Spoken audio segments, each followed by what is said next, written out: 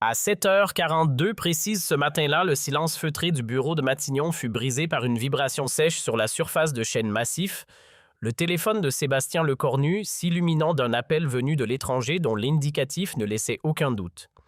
Israël, et durant une fraction de seconde à peine perceptible, il suspendit son geste, le regard fixé sur les premières lueurs du jour filtrant à travers les lourdes tentures qui teintaient la pièce d'un rouge profond, une lumière étrange presque annonciatrice comme si elle lui murmurait sans mots que cette journée allait dévier de toute normalité. Puis il décrocha, et à l'autre bout résonna une voix maîtrisée mais tendue, presque métallique, celle d'un conseiller diplomatique israélien, dont chaque mot semblait peser avec une précision clinique. « Monsieur le Premier ministre, une décision d'une portée historique vient d'être finalisée par le cabinet de sécurité israélien concernant les otages. Le Premier ministre Netanyahou souhaite vous en informer personnellement lors d'une conférence multilatérale prévue dans exactement 3 heures. » Et ce simple délai résonna comme une alerte brutale dans son esprit. Lecornu sentant aussitôt ses muscles se raidir 3 heures seulement pour comprendre. À 7h42 précise ce matin-là, le silence feutré du bureau de Matignon fut brisé par une vibration sèche sur la surface de chêne massif, le téléphone de Sébastien Lecornu s'illuminant d'un appel venu de l'étranger dont l'indicatif ne laissait aucun doute. Israël, et durant une fraction de seconde à peine perceptible, il suspendit son geste, le regard fixé sur les premières lueurs du jour filtrant à travers les lourdes tentures qui teintaient la pièce d'un rouge profond, une lumière étrange presque annonciatrice comme si elle lui murmurait sans mots que cette journée allait dévier de toute normalité. Puis il décrocha, et à l'autre bout résonna une voix maîtrisée mais tendue, presque métallique, celle d'un conseiller diplomatique israélien, dont chaque mot semblait peser avec une précision clinique. « Monsieur le Premier ministre, une décision d'une portée historique vient d'être finalisée par le cabinet de sécurité israélien concernant les otages. Le Premier ministre Netanyahou souhaite vous en informer personnellement lors d'une conférence multilatérale prévue dans exactement 3 heures. » Et ce simple délai résonna comme une alerte brutale dans son esprit. Lecornu sentant aussitôt ses muscles se raidir 3 heures seulement pour comprendre ce qui se jouait derrière les portes closes de Jérusalem, 3 heures avant que le monde entier ne soit confronté à une vérité capable de tout bouleverser, il mit fin à l'appel sans ajouter un mot, laissant son regard bleu dur dériver vers la fenêtre où Paris s'éveillait lentement paisible, en apparence totalement inconsciente de la tempête diplomatique déjà en marche et prête à frapper avec une violence imminente. Mais attends, tu ne sais pas encore ce qui va réellement se passer dans ces 3 heures. Personne ne le savait à cet instant. Pas même les agents des services secrets français de la DGSE qui au même moment analysaient frénétiquement des rapports cryptés en provenance du Moyen-Orient dans leurs bureaux souterrains. Pas même les journalistes chevronnés qui préparaient leur matinale habituelle à France Inter, BFM TV, et certainement pas les familles des otages français qui depuis des mois interminables vivaient dans l'angoisse la plus totale et un espoir qui s'amenuisait jour après jour. Ce que Benjamin Netanyahou s'apprêtait à annoncer au monde allait pulvériser toutes les certitudes établies, toutes les négociations menées dans l'ombre, toutes les promesses murmurées dans les couloirs du pouvoir. Et ce que Sébastien Lecornu allait lui répondre en une seule phrase tranchante allait entrer dans l'histoire comme l'un des moments les plus audacieux, les plus courageux et les plus controversés de la diplomatie française moderne. Revenons quelques semaines en arrière pour que tu comprennes vraiment tout. Il faut saisir le contexte dans sa totalité pour mesurer toute la portée explosive de ce qui va suivre. Depuis l'attaque dévastatrice du 7 octobre et l'enlèvement brutal de dizaines d'otages, dont plusieurs citoyens français, la pression internationale sur Israël n'avait cessé de croître comme une cocotte minute prête à exploser. Les négociations menées dans le plus grand secret par le Qatar, l'Égypte et les États-Unis semblaient piétiner désespérément. Chaque jour apportait son lot de rumeurs contradictoires, d'espoirs déçus et de communications cryptiques. Les familles oscillaient entre désespoir et rage contenue, mais personne n'avait anticipé ce qui allait se produire ce matin-là. Dans son bureau silencieux de Matignon, Sébastien Lecornu se leva lentement de son fauteuil en cuir. À 39 ans, il était l'un des plus jeunes premiers ministres de l'histoire française moderne, nommé par Emmanuel Macron le 5 septembre 2024. Il avait déjà traversé des crises politiques majeures, la motion de censure, les manifestations violentes contre la réforme des retraites, les tensions avec l'extrême droite montante. Mais rien, absolument rien, ne l'avait préparé à ce qui l'attendait aujourd'hui. Il marcha vers la fenêtre, les mains croisées dans le dos, et observa les toits de Paris qui scintillaient sous la rosée matinale. Quelque part dans cette ville, des familles françaises attendaient désespérément des nouvelles de leurs proches retenus en otage. Quelque part dans les bureaux du Quai d'Orsay, des diplomates chevronnés tentaient de déchiffrer les intentions réelles d'Israël. Et quelque part à Jérusalem, Benjamin Netanyahou préparait son annonce qui allait secouer le monde. Le cornu ferma les yeux une seconde. Il repensa à sa dernière conversation téléphonique avec Macron 2 jours auparavant. Le président lui avait dit avec cette gravité particulière qu'il adoptait dans les moments cruciaux « Sébastien, si Netanyahou fait ce que nos services pensent qu'il va faire, tu devras prendre position. Seul sans attendre mon retour d'Asie. La France ne peut pas se taire. » Ces mots résonnaient encore dans sa tête comme un tambour de guerre. Prendre position seul sans filet de sécurité. 3 heures plus tard, la conférence multilatérale commence. Sur l'écran géant installé dans la salle de crise de Matignon, les visages des dirigeants mondiaux apparurent un par un. Le président américain, le chancelier allemand, le premier ministre britannique, le secrétaire général de l'ONU, tous attendent. L'atmosphère était électrique, chargée d'une tension presque palpable. Et puis, Benjamin Netanyahou apparut. Son visage envahit l'écran. Ses stress tirés trahissaient des semaines de nuits blanches et de décisions impossibles. Il portait sa chemise blanche impeccable habituelle, sa cravate bleue parfaitement nouée. Mais dans ses yeux, le cornu perçut quelque chose qu'il n'avait jamais vu auparavant. Une détermination absolue mêlée à quelque chose d'autre, quelque chose de plus sombre, quelque chose qui ressemblait à du désespoir calculé. Netanyahou prit la parole en anglais, sa voix grave résonnant dans la salle comme un verdict.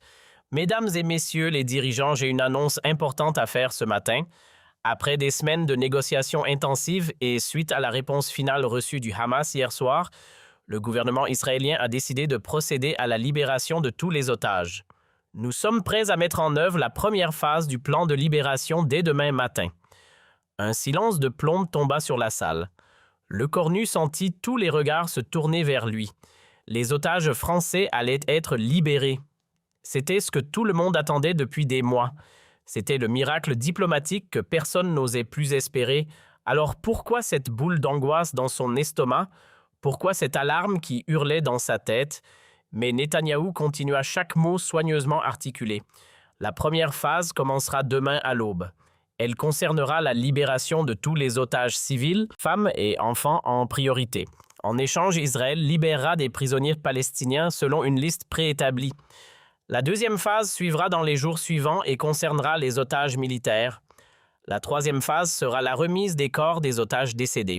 Le premier ministre britannique intervint immédiatement, sa voix tremblante d'émotion. C'est une nouvelle extraordinaire, monsieur le Premier ministre. Le monde entier vous en sera reconnaissant. Le chancelier allemand acquiesça vigoureusement. C'est le résultat de votre courage et de votre persévérance.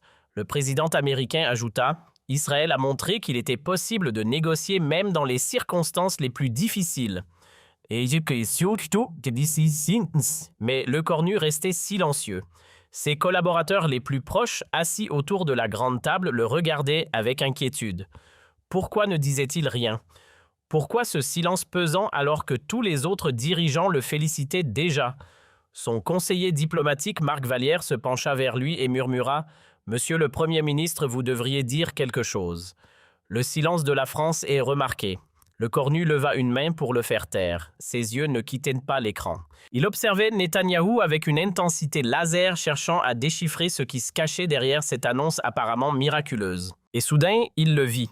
Un micro-mouvement dans les yeux du premier ministre israélien. Une hésitation infinitésimale quand il avait prononcé le mot « tous ». Une crispation imperceptible de la mâchoire quand il avait dit « première phase ». C'était là. Le mensonge était là enfoui dans les plis de cette annonce historique.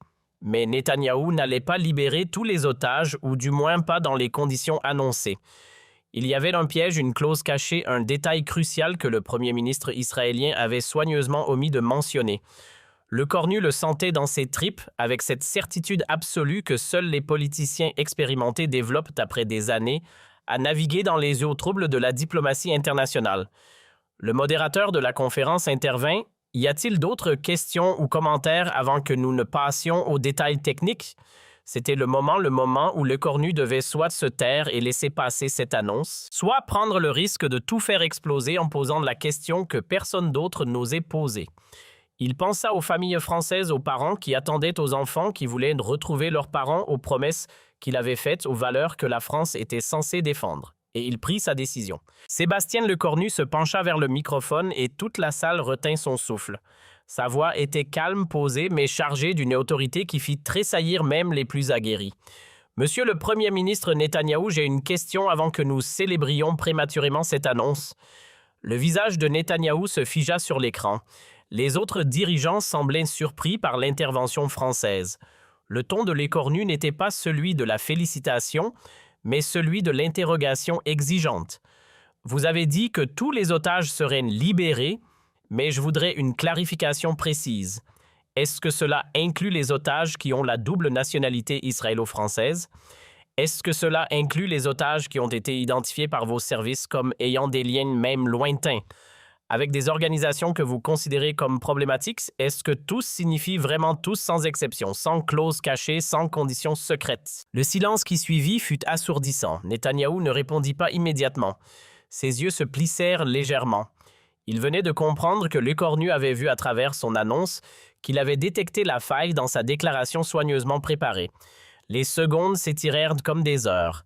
Tous les regards étaient braqués sur l'écran attendant la réponse du premier ministre israélien. Marc Vallière était devenu blanc comme un linge.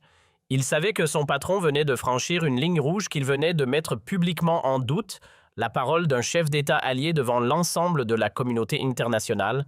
Finalement, Netanyahou parla et sa voix avait perdu toute sa chaleur diplomatique. « Monsieur le Premier ministre Lecornu, je peux vous assurer que notre engagement est total.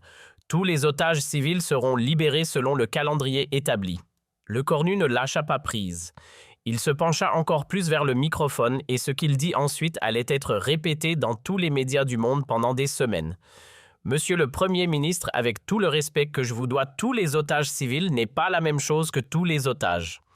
Je vais donc reformuler ma question très simplement. Allez-vous libérer absolument tous les otages sans exception, y compris ceux que vous considérez comme ayant un statut ambigu de double nationaux ou de personnes sous enquête? » Et là, dans cette fraction de seconde qui sembla une éternité, le visage de Netanyahou changea.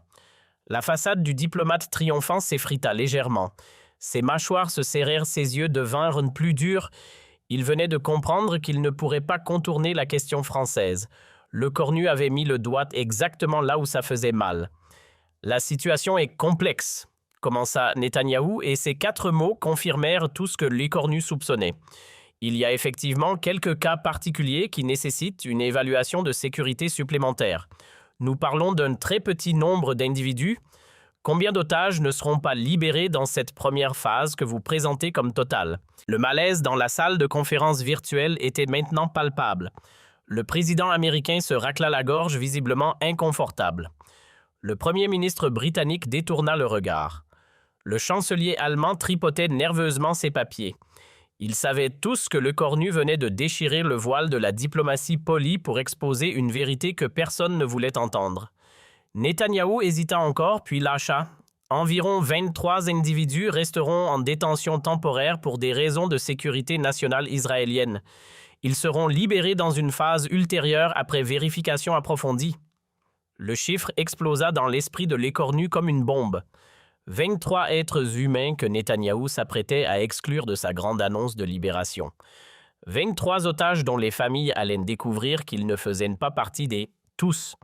23 personnes dont la liberté dépendait de critères arbitraires, décidés unilatéralement par le gouvernement israélien, et parmi ces 23, les services français avaient identifié au moins 7 citoyens français ou binationaux, des familles françaises qui allaient vivre l'espoir puis la dévastation en l'espace de quelques heures. Lecornu ferma les yeux pendant 2 secondes. 2 secondes pour rassembler tout son courage.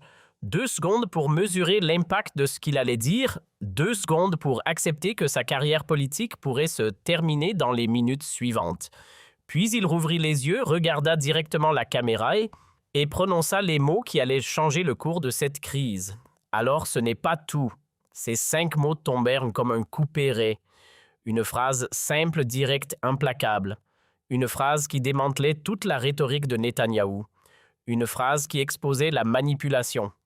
Une phrase qui allait déclencher une tempête diplomatique sans précédent.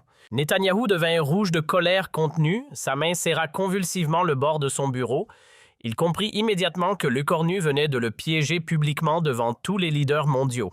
« Monsieur le Premier ministre, dit-il d'une voix désormais glaciale, je trouve votre intervention particulièrement déplacée et irresponsable. Israël fait un effort historique pour... Mais Lecornu ne le laissa pas terminer. Il enchaîna avec une force tranquille qui sidéra tous les présents. Non, monsieur le Premier ministre Netanyahou, ce qui est irresponsable, c'est d'annoncer au monde une libération totale des otages alors que vous savez pertinemment que 23 personnes resteront captives. Ce qui est déplacé, c'est de manipuler l'espoir de familles désespérées avec des annonces incomplètes. Ce qui est inacceptable, c'est de créer une catégorie d'otages de seconde zone basée sur des critères que vous refusez de rendre publics. Mar Vallière posa une main apaisante sur l'épaule de Lecornu, mais le Premier ministre français l'ignora complètement. Quelque chose s'était brisé en lui. La fatigue accumulée, les nuits blanches à négocier les appels déchirants des familles, la pression constante, tout cela explosait maintenant en un torrent de vérité diplomatique. Et puisque nous parlons franchement, continua Lecornu, permettez-moi de vous dire ce que la France pense vraiment de cette situation. Nous soutenons le droit d'Israël à se défendre. Nous condamnons le terrorisme du Hamas sans ambiguïté. Mais nous ne resterons pas silencieux quand on nous présente des demi-vérités comme des victoires complètes. Nous ne célébrerons pas une libération partielle déguisée en libération totale. Et nous n'accepterons jamais que des citoyens français soient exclus d'un accord de libération pour des raisons que vous refusez de justifier publiquement. Les autres dirigeants étaient pétrifiés. Personne n'avait jamais vu un premier ministre français s'adresser ainsi à un dirigeant israélien lors d'une conférence internationale. Le tabou venait d'être brisé. Netanyahou tenta de reprendre le contrôle. La France devrait faire attention à ne pas compromettre un accord qui a nécessité des mois de... Lecornu le coupa à nouveau et cette fois sa voix était tranchante comme une lame. Non, monsieur le Premier ministre, c'est vous qui devriez faire attention à ne pas perdre le soutien des nations qui vous ont défendu même quand c'était politiquement coûteux. Attention à ne pas transformer des alliés en adversaires par votre arrogance. Attention à ne pas oublier que la confiance, une fois brisée, ne se répare pas facilement. Le silence qui suivit fut total. On aurait pu entendre une mouche voler dans la salle de crise de Matignon. Les collaborateurs de Lecornu le regardaient avec un mélange d'admiration et de terreur. Leur patron venait soit de commettre un suicide politique spectaculaire, soit de réaliser l'un des coups diplomatiques les plus audacieux de l'histoire récente. Netanyahou sembla sur le point d'exploser. Sa respiration était visible même à travers l'écran. Ses poings étaient serrés. Mais avant qu'il ne puisse répliquer, le secrétaire général de l'ONU intervint d'une voix tremblante. « Messieurs, je pense que nous avons tous besoin d'une pause pour... » Et « Non », dit Lecornu fermement. « Pas de pause, pas de faux fuyants diplomatiques. » Monsieur le Premier ministre Netanyahou, je vais vous poser une dernière question et je veux une réponse claire devant tous les dirigeants présents. Allez-vous, oui ou non, libérer les 7 citoyens français qui figurent sur votre liste d'exclusion dans les mêmes conditions et le même calendrier que les autres otages? C'était l'ultimatum, la ligne dans le sable, le moment de vérité. Tous les regards convergèrent vers Netanyahou. Le Premier ministre israélien resta silencieux pendant ce qui sembla une éternité. Son visage était un masque impénétrable. On pouvait presque voir les calculs politiques défiler derrière ses yeux. S'il refusait, il risquait de perdre le soutien français et probablement celui d'autres nations européennes. S'il acceptait, il montrait qu'il cédait à la pression internationale, ce qui serait perçu comme une faiblesse par sa propre coalition gouvernementale déjà fragile. Finalement, il parla et sa voix était chargée de ressentiment à peine contenu. Les citoyens français seront inclus dans la première phase de libération à condition que la France s'engage à coopérer pleinement avec nos services de sécurité concernant les vérifications nécessaires. Lecornu hocha lentement la tête.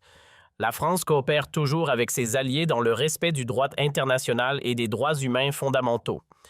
Nous attendons la liste complète des otages qui seront libérés demain matin avec leur nom, nationalité et statut pour vérification. Cette liste devra être transmise aux Nations Unies et rendue publique. Netanyahou comprit qu'il n'avait plus d'échappatoire. Lecornu venait de le coincer dans un engagement public dont il ne pourrait pas se dédire sans perdre toute crédibilité internationale. « C'est acceptable », dit-il finalement, mais le ton de sa voix laissait clairement entendre que rien n'était pardonné. La conférence se termina dans une atmosphère glaciale. Les écrans s'éteignirent un par un. Dans la salle de crise de Matignon, personne ne bougeait. Les collaborateurs de Lecornu le regardaient comme s'ils voyaient leur patron pour la première fois. Puis, lentement, Marc Vallière commença à applaudir. Un autre collaborateur se joignit à lui, puis un autre, jusqu'à ce que toute la salle soit debout, applaudissant leur premier ministre qui venait de tenir tête à l'un des dirigeants les plus puissants du monde. Lecornu se leva lentement de sa chaise. Il était épuisé. Ses mains tremblaient légèrement sous l'effet de l'adrénaline qui retombait. Il savait que les conséquences de ce qu'il venait de faire allaient se déployer dans les heures et les jours suivants, les attaques médiatiques, les pressions politiques, les accusations d'antisémitisme que certains ne manqueraient pas de brandir. Mais il savait aussi qu'il avait fait la seule chose juste. Dans les heures qui suivirent, l'enfer se déchaîna. Les médias israéliens dénoncèrent l'ingérence française et l'hostilité de Lecornu. Certains éditorialistes parlèrent de trahison et de coups de poignard dans le dos. Le lobby pro-israélien en France mobilisa immédiatement ses relais pour exiger la démission du Premier ministre. Mais quelque chose d'inattendu se produisit, quelque chose que ni Lecornu ni Netanyahou n'avaient anticipé. Les familles des otages, toutes nationalités confondues, commencèrent à manifester leur soutien au Premier ministre français. Des rassemblements spontanés se formèrent devant l'ambassade de France dans plusieurs capitales. Les réseaux sociaux explosèrent de messages de gratitude envers le seul dirigeant qui avait eu le courage de dire la vérité. Un père israélien dont le fils était parmi les otages publia une vidéo émouvante. « Merci, monsieur Lecornu. Vous avez dit ce que nous pensions tous, mais que personne n'osait exprimer. Notre gouvernement nous mentait et vous l'avez exposé.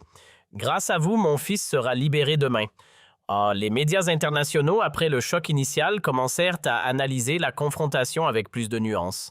Le New York Times titrait « Un moment de vérité diplomatique ». Le Guardian parlait de courage politique dans un monde de langue de bois.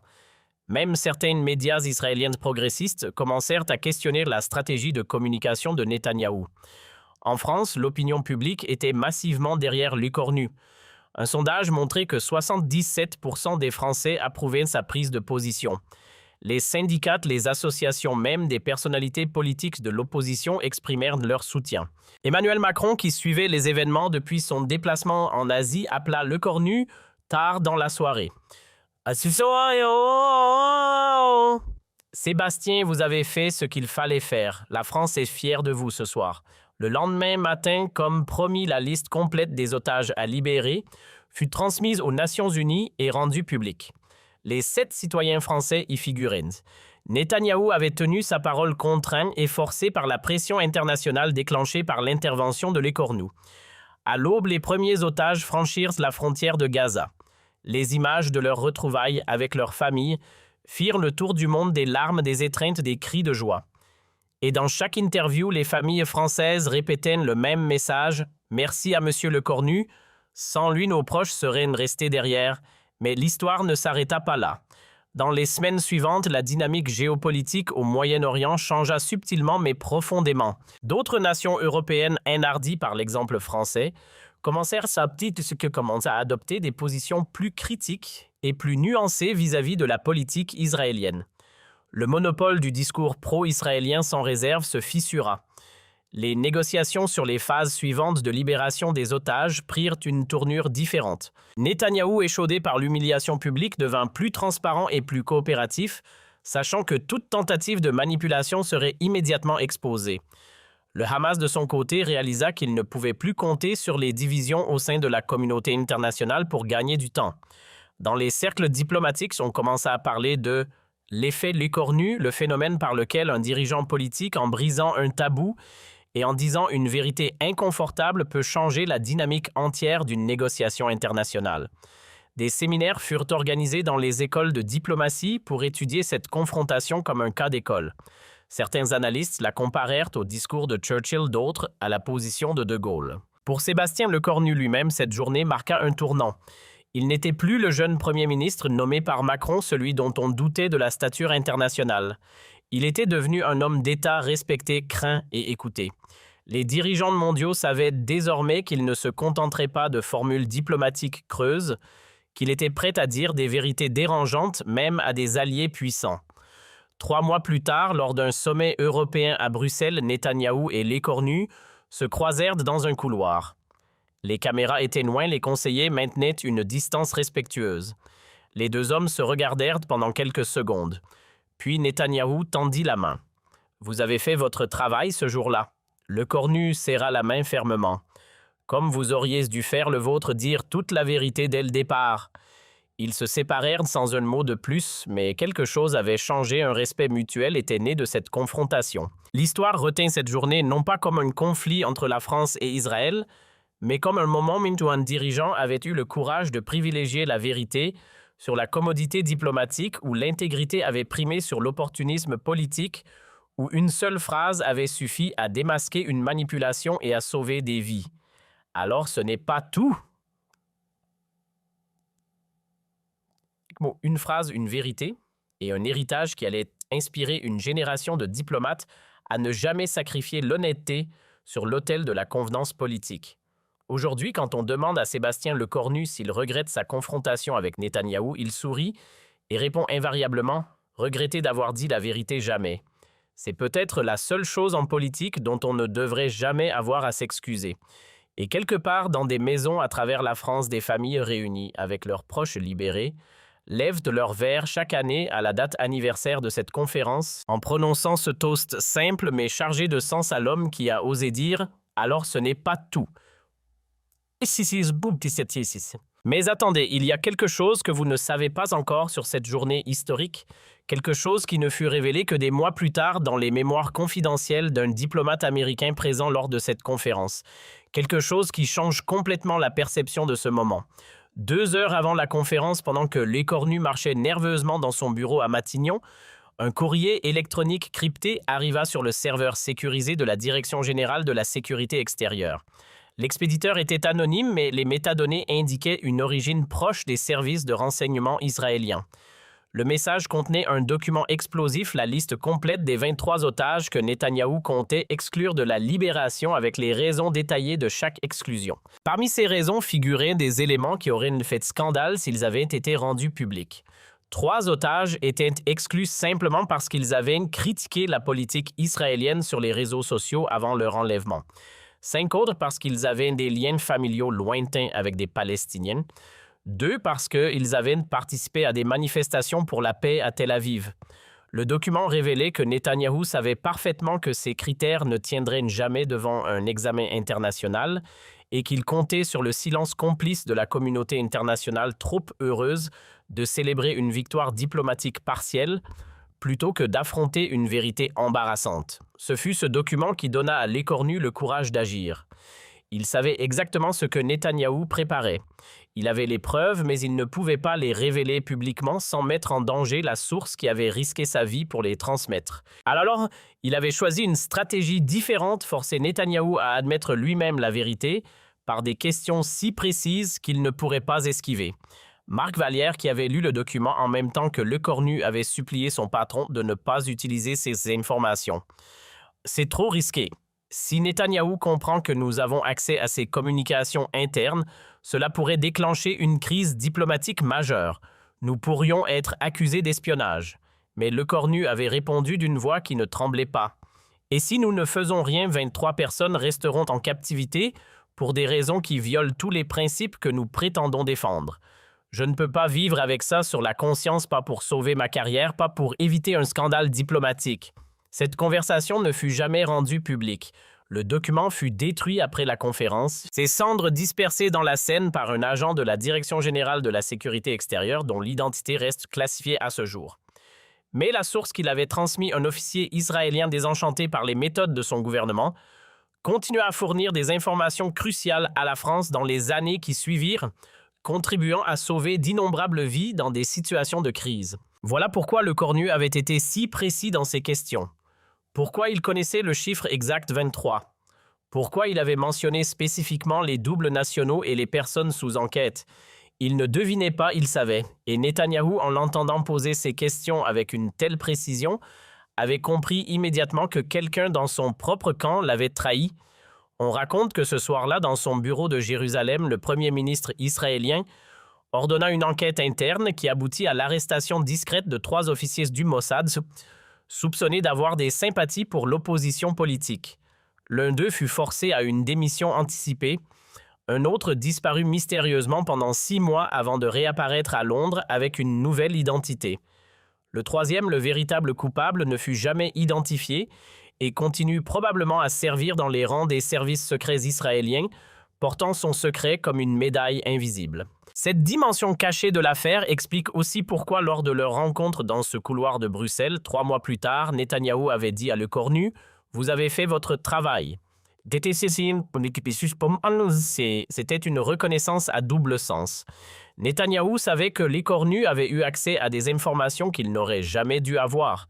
Il savait que le Premier ministre français aurait pu l'humilier bien plus profondément en rendant public le document. Mais Le Cornu avait choisi de protéger sa source, de préserver un minimum de dignité pour Israël, tout en obtenant le résultat essentiel, la libération de tous les otages sans exception. C'était cela le véritable génie diplomatique de Le Cornu ce jour-là. Non pas simplement le courage de confronter un allié puissant, mais l'intelligence de savoir jusqu'où aller et où s'arrêter. De comprendre que le but n'était pas de détruire Netanyahou ou de saboter les relations franco-israéliennes, mais d'obtenir un résultat concret, la liberté de 23 êtres humains qui allaient être sacrifiés sur l'autel de la raison d'État. Dans les années qui suivirent, Le Cornu ne parla jamais de ce document, pas même à Emmanuel Macron, qui ne le découvrit que bien plus tard par une indiscrétion d'un agent retraité de la Direction générale de la sécurité extérieure.